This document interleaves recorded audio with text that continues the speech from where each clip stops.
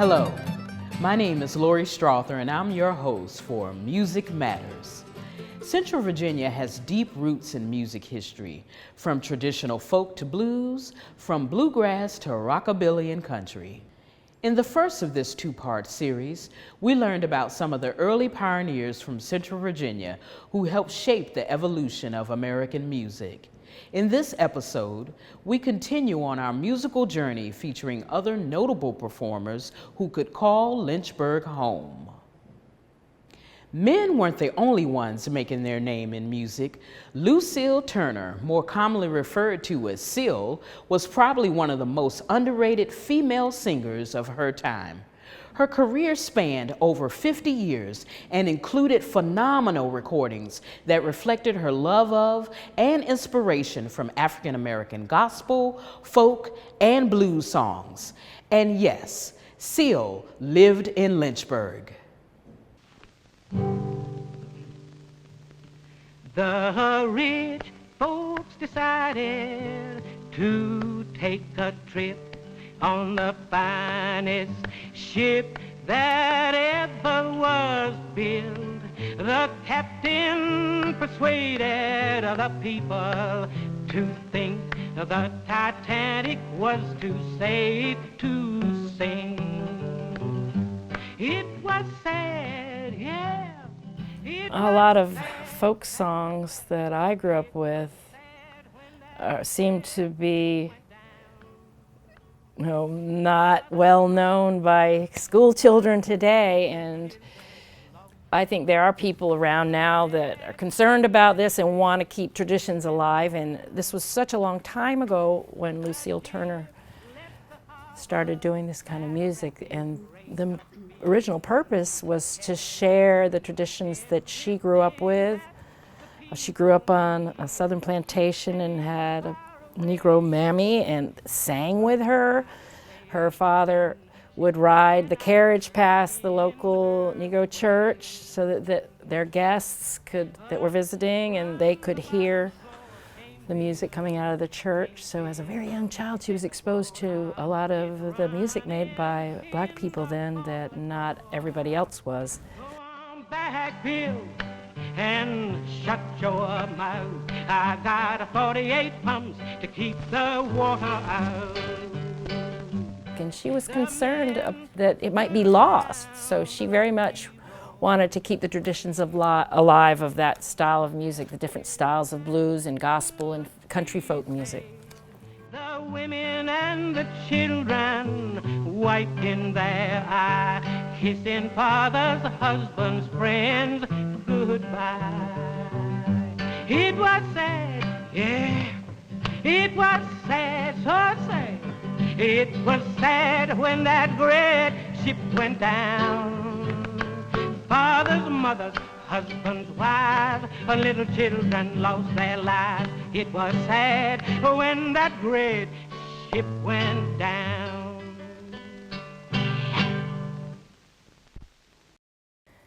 Well, I identify a lot with Cil because I do solo performing as well, where I sing and play, and then I sometimes work with musicians that add the rhythm parts to the song. And I like a lot of similar music. I appreciate the blues and perform blues myself, and I really identified with the CD when I got it and listened to all the songs. It kind of grows on you. At first you're like, wow, this is really different. This is interesting, because they're very old recordings. And most of what we hear today is just such modern stuff and technological, like you said. So, listening to it was really interesting and fun, and listening to it again and again was interesting. And I like it. I identify with her also because I'm a middle-aged woman and a female, and I identify with her because I still think it's difficult for women in the music world. There are not a whole lot of music instrumentalists that I know, and Cil Turner was clearly a talented instrumentalist and a wonderful vocalist, and well-trained and educated as a musician, and had wonderful musicianship. She was a great improviser on the piano. This song is called Drizzling Rain by Cil Turner.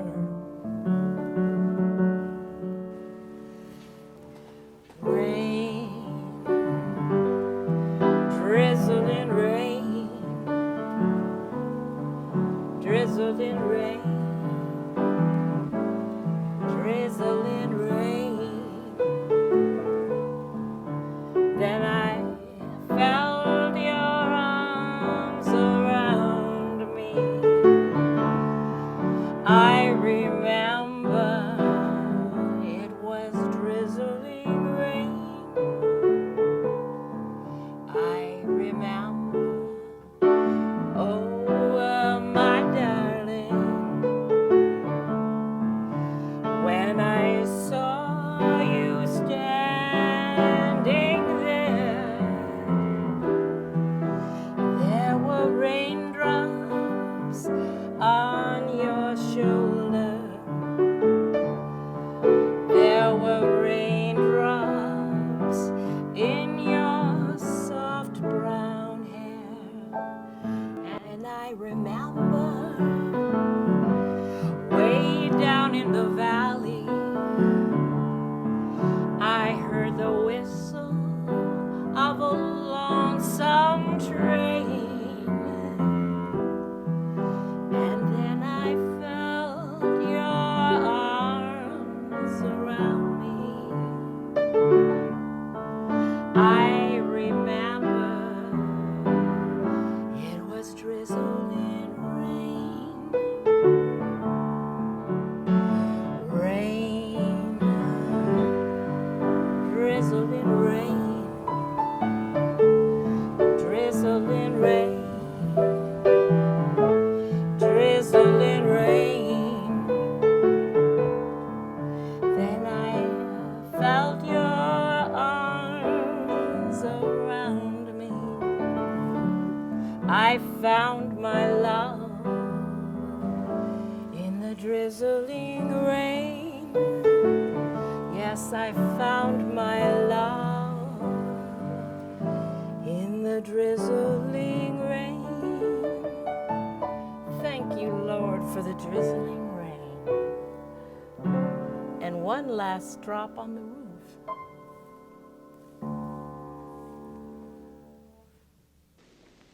This is a heifer.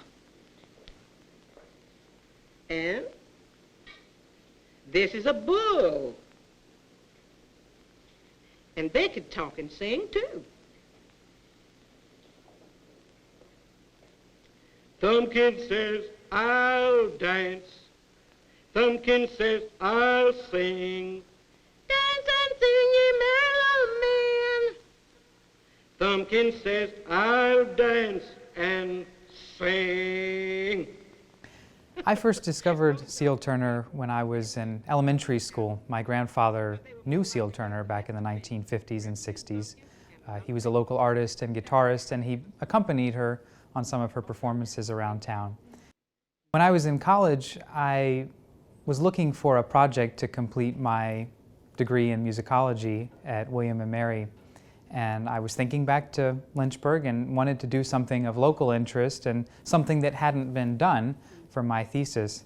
And the idea of Cil Turner came up. I remembered these records I'd had since childhood, and I realized that nobody had written much about Cil Turner. Her name didn't show up in any reference books. There hadn't been any CD reissues of her recordings. And so I thought, here's an opening to do something of local interest. I go to church on Sunday, prayer meeting too, but on Saturday night I got my sinning to do. I keep a step with my preacher every day in the week, but on Saturday night I got my sinning to seek. And I roll bones, be it wrong, be it right, I'm a crap shooting sinner on Saturday night. And by the time she was in her, I guess in her 60s, she started a whole new phase of her career where she was recording for Colonial Records and recording songs like Crap Shootin' Sinner that had a real rock and roll flavored aspect to them. And I just think it's remarkable that here was a grandmother essentially making rock and roll records in the late 1950s that really became something of a hit. I mean, Crap Shootin' Sinner and its flip side took off in a number of regional markets around the United States, broke the top 100 on the Billboard charts. And I don't know of too many other 65-year-old grandmothers who have had that distinction. St. Peter, can I come in? St. Peter go open the door just a crack, look at me and say, boy, aren't you the one they called the crap shooting sinner? And I'm going to say, St. Peter, let me talk to you about that very thing, sir. You know the good book say that everybody got a talent. That's right. Well, St. Peter, rolling bones was my town. I think it's remarkable that in the 1920s, 1930s, 1940s, as a performer as she was of music predominantly associated with African Americans, this could be problematic for a number of reasons, but she had really the support of, I think, the African American community, and she was good friends with James Weldon Johnson, who was a noted African American poet and author and educator, and he wrote extensively on a number of occasions of his esteem for Cil Turner and the truthfulness that she brought to her interpretations. And I think she was always clear to say that she borrowed from this tradition that was maybe not her own originally and added some of her own feelings and her own experiences to it, and just really brought a unique twist to this form of music. And everybody, needle in a haystack, oh, ho, ho. Needle in a haystack, oh, ho, ho. A needle in a haystack, oh, ho, ho. So early in the morning. If you've ever listened to the music of Hank Williams Sr., then you've probably heard Zeke Turner's guitar. Zeke, along with his brother Zeb, who was considered one of the forefathers of rockabilly, were both born here in Lynchburg.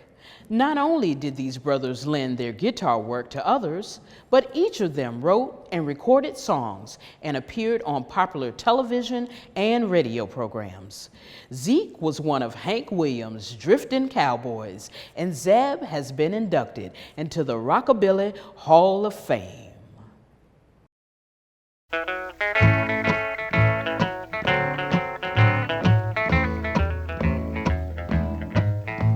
Down in Tennessee, where they call the music horn, they've gone to boogie now since the boogie was born. Like the little boy blue when he tooted on his horn. It starts about 7 and ends at dawn. In the land of cotton, taters, and corn, say that's how the Tennessee boogie was born.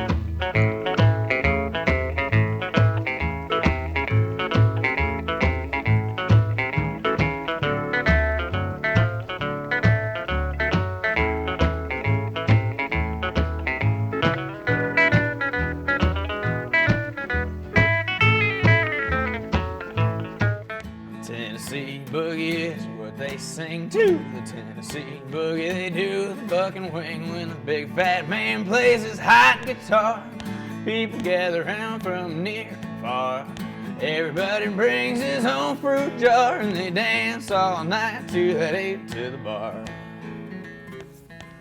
For everyone who I've been talking to since I started researching and digging into this, I've said that Zeb and Zeke Turner are guys who you have heard time and time again, but never knew existed. Like I said, I'd been listening to Hank Williams songs since I was 17 or 18, and I'd heard all those guitar lines. That's the big thing about the electric guitar, it jumps out at you. Never knew until here recently that that guy I was listening to was a Lynchburg boy named Zeke Turner. So people said, "Who's that?" That's a name I've never heard. It's because he's hiding in the liner notes. But that's someone who kind of laid the foundations for everything else you've heard on a guitar since 1952.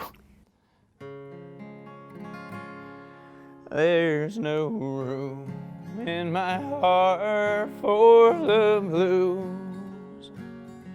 Love is satisfied, you either win or lose. Darling, if our pathways part, let there be no broken hearts. There's no room in my heart for the blues.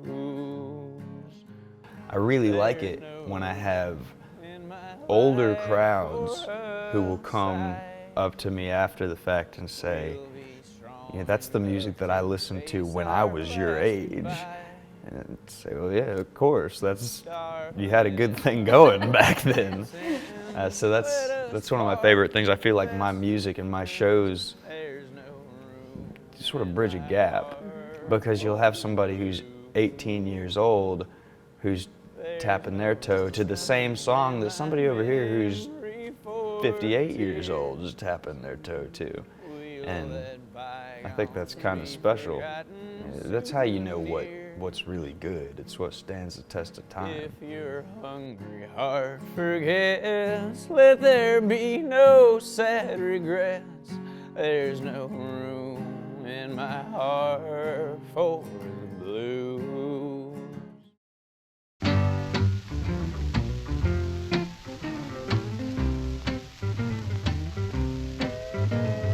When I was a country boy way down on the farm, I'd grab a water bucket, put it under my arm, head for the mountains where the huckleberries grow, and old Zeke would bring along his old banjo. We'd play the huckleberry boogie, picking as we go, pick a water bucket full, then home we'd go.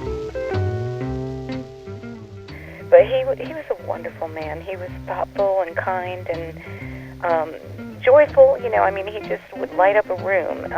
He had a great personality, telling jokes, and people, when he talked, people listened. It's like, you know how sometimes if you're in a lounge or a bar, everybody's just talking over and not listening. But when he was playing and talking, they were always listening to what he was saying. He was a great storyteller. And I found it so funny that so many of his songs talk about, you know, being a drunkard and staying away from bottles of gin, but he didn't drink.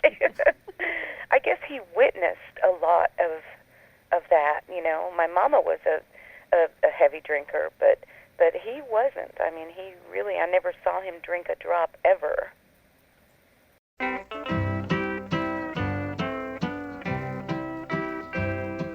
Look at me, I'm a drunkard, a man that is lost in sin. I traded a wife and a baby for a filthy old bottle of gin.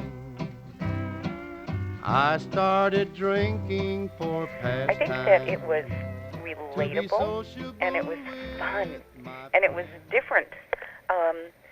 He wasn't afraid to take chances and step out there. I think that's one of the reasons why, you know, they do consider him a pioneer of rock and roll music, because he got into it so much. He loved to just take chances. I had read where, you know, he was one of the first ones to have like a saxophone and another instrument playing along with the band, and he liked to do things a little bit different. And he loved, I mean, he played banjo, he played electric guitar.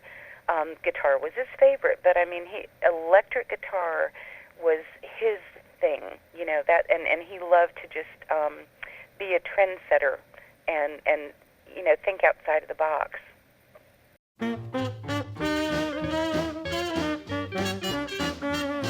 Yeah, rock, rock, everybody's rocking. Jump, jump, everybody's jumping. Clap, clap, they never look at the clock. Say the guys and chicks really get their kicks when they rock the joint with that Jersey rock. There's a big fat man who's really grand. He plays guitar hot. With his boogie beat, you'll get a treat with that joint jumping Jersey rock.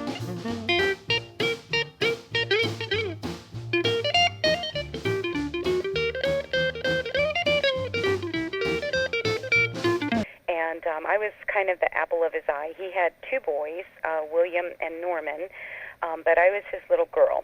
So when he and my mom split up, it was kind of devastating to him, and we did end up, in fact, losing contact for a few years. But when I was a little bit older, I'm going to say about 8, 9, 10, 11, that range, he used to take me out traveling and touring around Canada with him. Oh, wow. And so I, you know, grew up wanting to be a star like my daddy. And I would, you know, stand in the hotel room mirror with a hairbrush and just sing my little heart out. And I dubbed myself Cil Turner, like Zelda, because I wanted to keep up with Zeke and Zeb, you know. Right.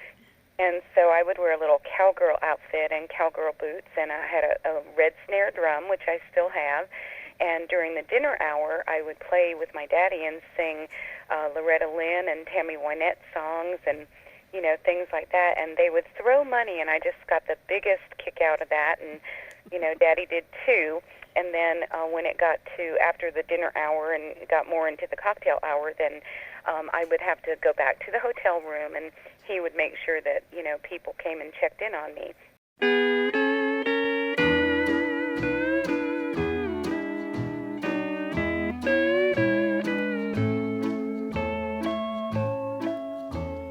I'm in love with someone who'll never be my own.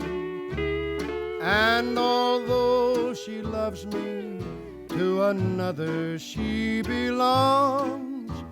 To hearts within a prison, with no escape we know. And though we know it's so wrong, we love each other so.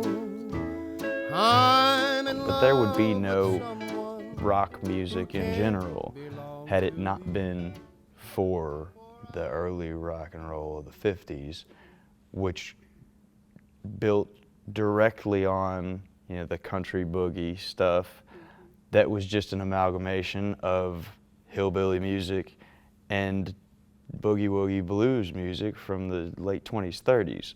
So it's all evolution. There is no brand new thing. It's how people put together their influences to make what it becomes. And I think that's the big Zeke Turner thing, is he's the guy who was making Hank Williams sound like something a little bit different than just country music that became a craze within 10, 15 years.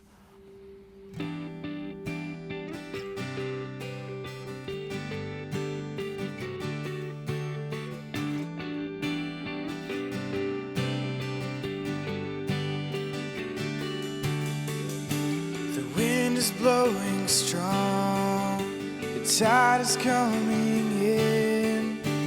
Feel your presence here in the midst of this great storm.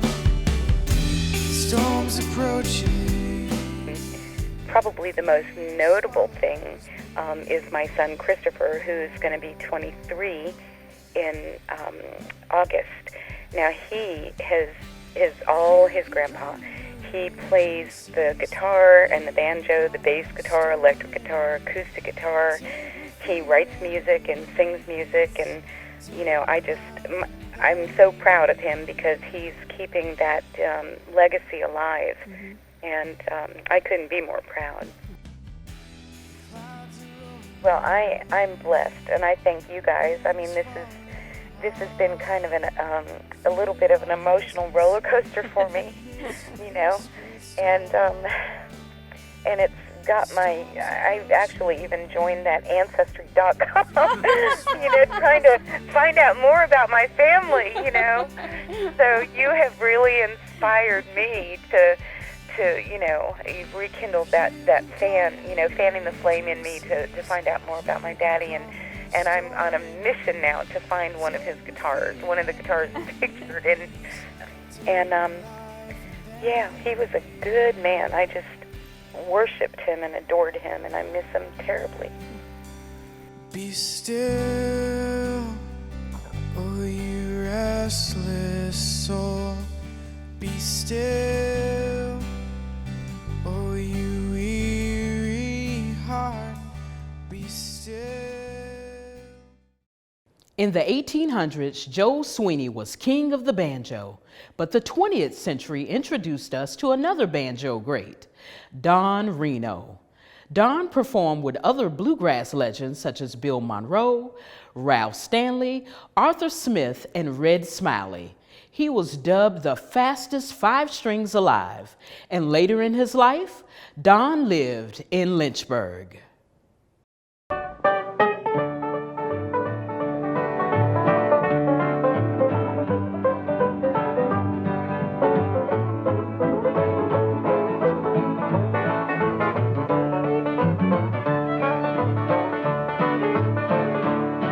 Now people seem to steps as I go by.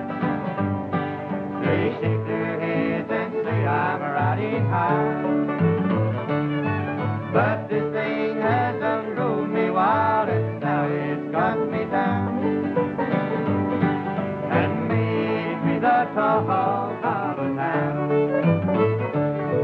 I'll go down to the river and slowly walk around, and if my thoughts don't change a lot, I'll jump right in and drown. For after what you've done to me, I know I've grown to be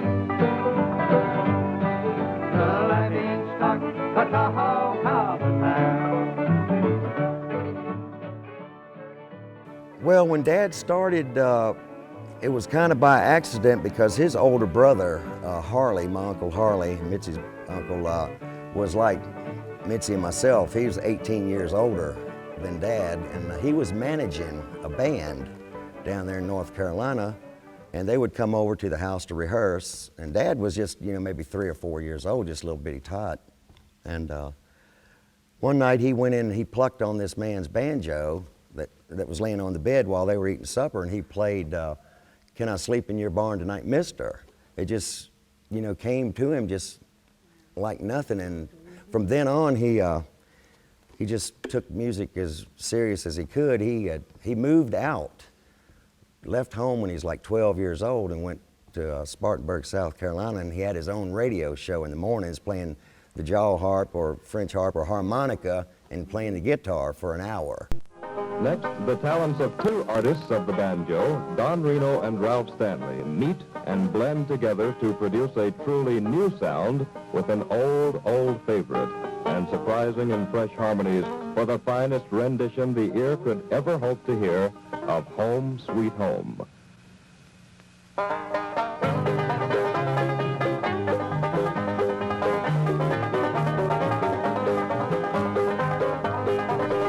Times where I didn't really understand it as much, and then, like, for instance, I'd be on the school bus and I would tell the bus driver my name, and then I would say something about, well, my dad was Don Reno, and they would say, what? Your dad was Don Reno? So that kind of gave me a feeling that my dad was really somebody.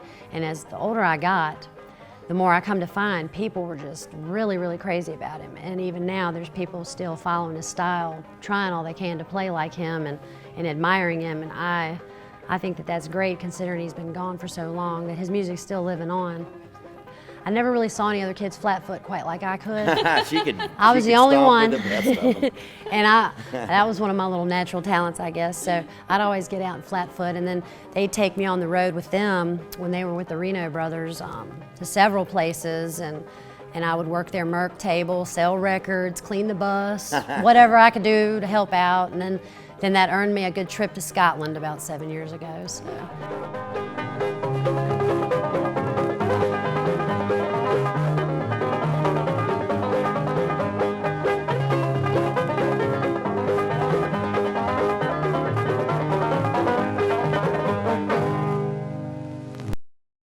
Dad was a member of Arthur Smith's Cracker Jacks down in Charlotte, North Carolina, which Arthur Smith was well known for a guitar boogie. Coming up with that song, it was a big hit for him. But they recorded all the time together, and one day Dad and Arthur, they were in the studio, and they started playing around, back and forth, and giving it that. And so they wrote this song, and they got the arrangement on it, and they recorded it. Well, Dad, he told Arthur, he says, Arthur, I can't stand that song. It's a horrible thing. I'll sell you my half of the rights to it for $100. And oh my gosh, Dad, bless your heart. But so that you're not allowed to do that anymore. You can't sell rights to songs. But Dad, he said I needed the $100, in 1955. That's when they originally recorded it. They called it Feudin' Banjos. Well, anyway, 1964, Eric Weisberg recorded it. And then, of course, was about 1970 when Deliverance, 71, something like that, the movie came out. They used Eric Weisberg's version of it.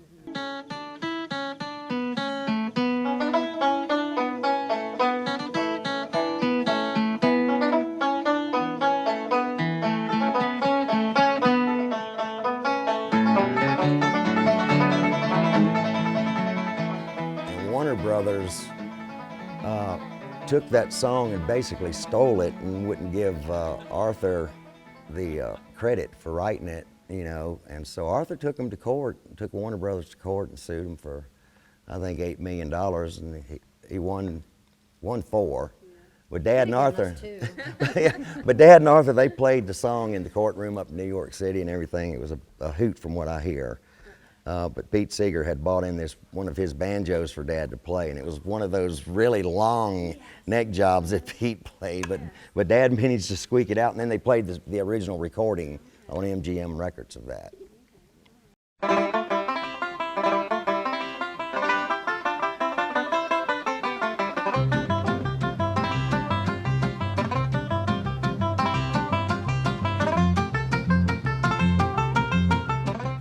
He was such a musical genius, he was way ahead of his time, and I think that probably was a curse on him, because what he was doing back in those days was a little bit kind of, you know, over people's heads, like with the material he would pick to play on the banjo. Like, he loved Benny Goodman and, you know, the big bands, and he would take those big band instrumentals and adapt them to the banjo, you know, like Limehouse Blues or Beer Bell Polka, you know, whatever it may be.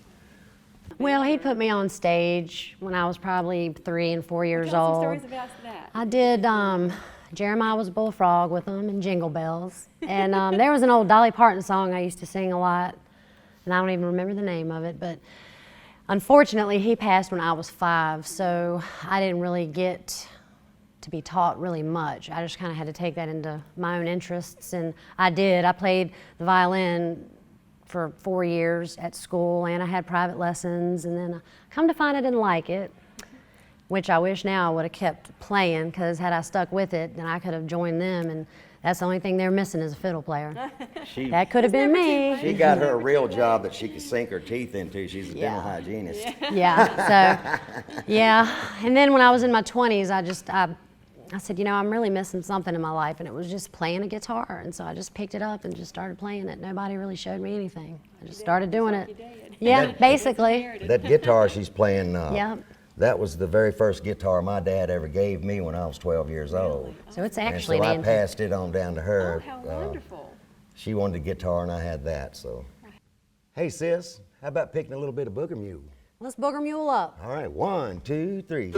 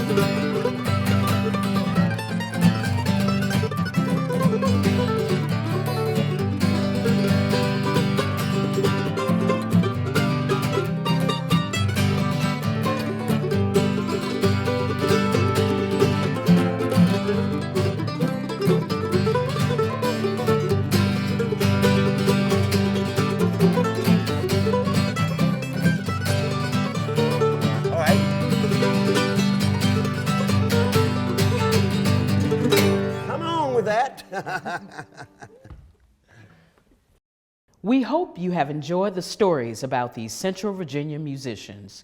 Each of them helped lay the foundation to modern rock, jazz, country, blues, gospel, and more.